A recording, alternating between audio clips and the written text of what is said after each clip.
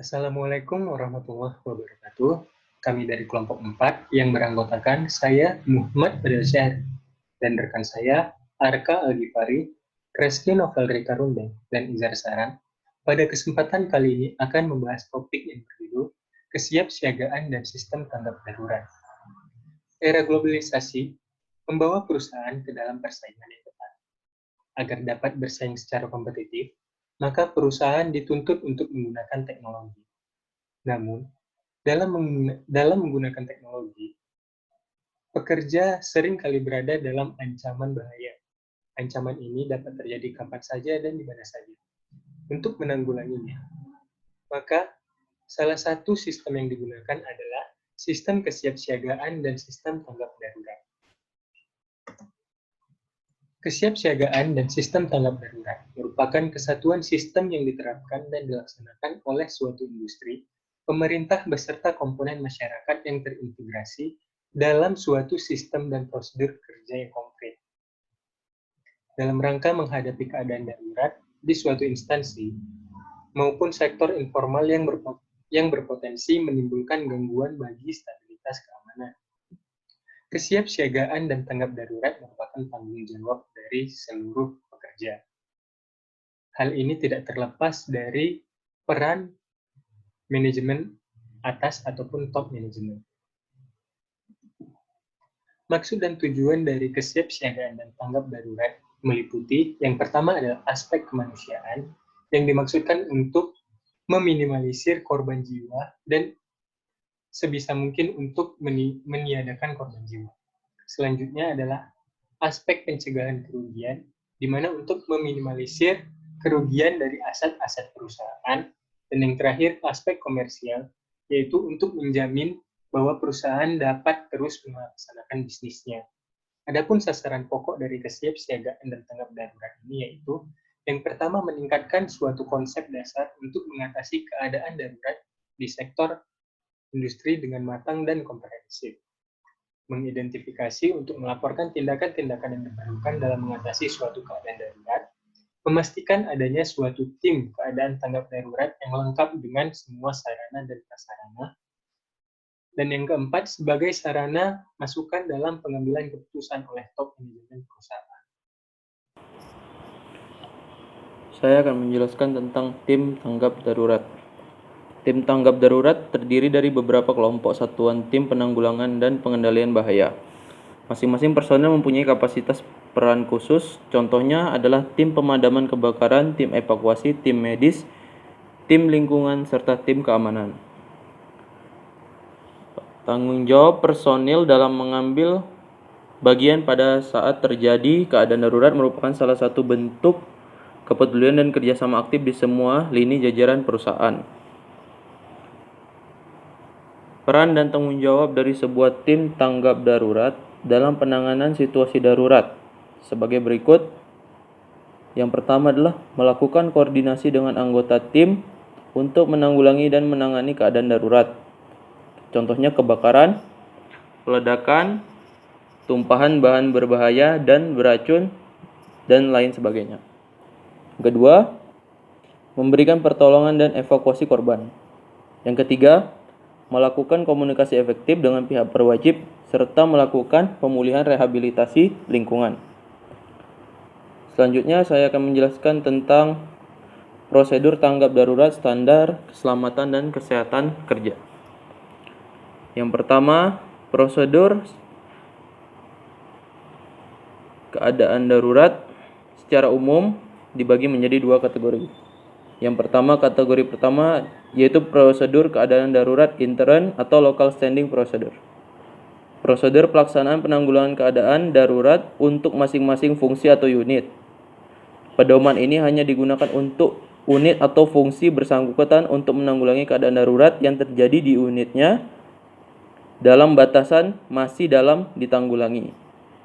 Sedangkan yang kedua, prosedur keadaan darurat umum, yaitu prosedur keadaan darurat utama. Pedoman perusahaan secara menyeluruh dalam menanggulangi keadaan darurat yang cukup besar atau dapat membahayakan unit kerja lain. Keadaan darurat dibedakan menjadi 3 keadaan. Yang pertama, kondisi darurat tingkat 1 atau tier 1, yang mana keadaan darurat tingkat 1 adalah keadaan darurat yang berpotensi mengancam bahaya manusia dan harta benda atau aset, yang secara normal dapat dibatasi oleh personil jaga dan suatu instansi atau pabrik dengan menggunakan prosedur yang telah dipersiapkan. Keadaan yang kedua adalah keadaan darurat tingkat 2 atau tier 2. Keadaan darurat tingkat 2 ialah suatu kecelakaan besar di mana semua tenaga kerja yang bertugas dibantu dengan peralatan dan material yang tersedia di instalasi atau pabrik tersebut tidak mampu mengendalikan keadaan darurat tersebut, seperti kebakaran besar, ledakan dahsyat, bocoran bahan B3 yang kuat, semburan liar sumur minyak atau gas, dan lain-lain yang mengancam jiwa manusia atau lingkungan atau aset instansi tersebut.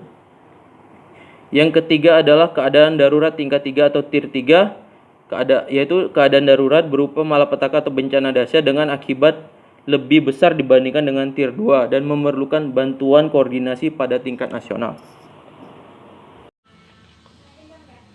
Sarana, prasarana, dan fasilitas pendukung keselamatan dan kesehatan kerja atau K3 dalam pelaksanaan tanggap darurat. Perlengkapan dan sarana instrumen yang minimal wajib dimiliki oleh sebuah perusahaan adalah: pertama, personal protective equipment atau alat pelindung diri. Personal protective equipment atau alat pelindung diri meliputi safety helmet atau pelindung kepala, safety shoes atau pelindung kaki, safety glove, dan earplug.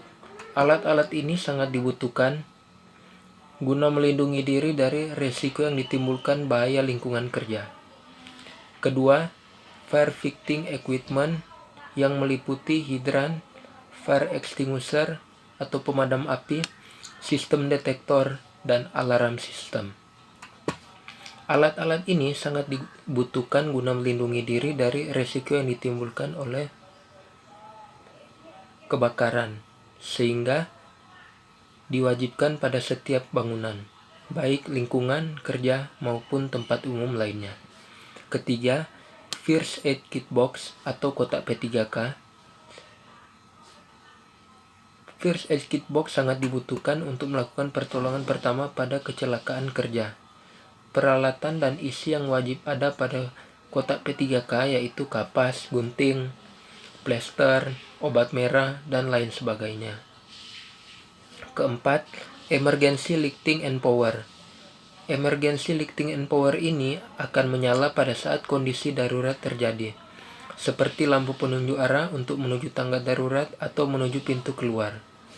Kelima, Communication Facilities.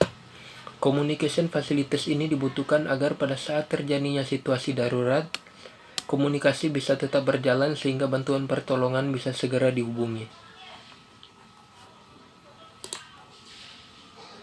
Selanjutnya, beberapa perlengkapan yang digunakan dalam keadaan darurat. Ini tadi kotak P3K, hidran, ada pemadam api, safety helmet, baru safety shoes, ada safety glove, sarung tangan.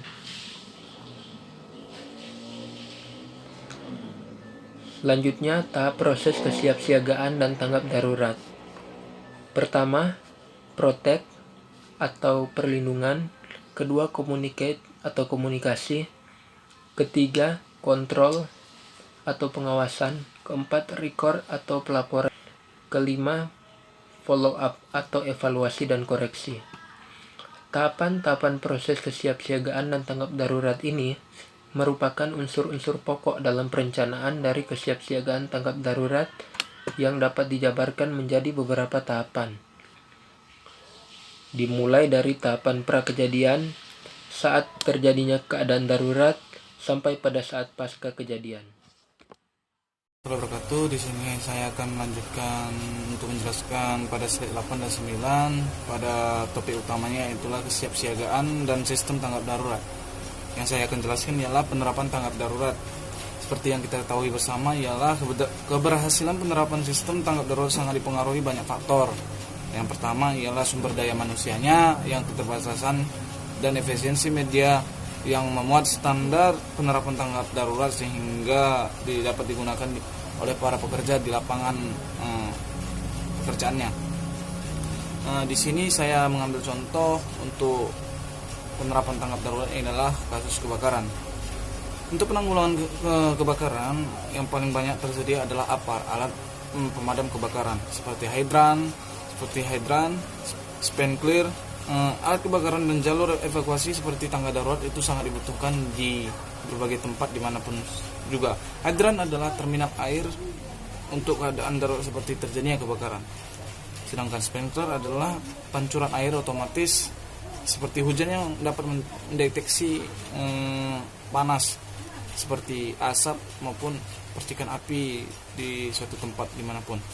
Jadi di sini sistem proteksi kebakaran ada dua, yaitu ada sistem aktif dan sistem pasif. Sistem aktif yaitulah sistem di mana secara langsung atau otomatis mendeteksi adanya suatu panas.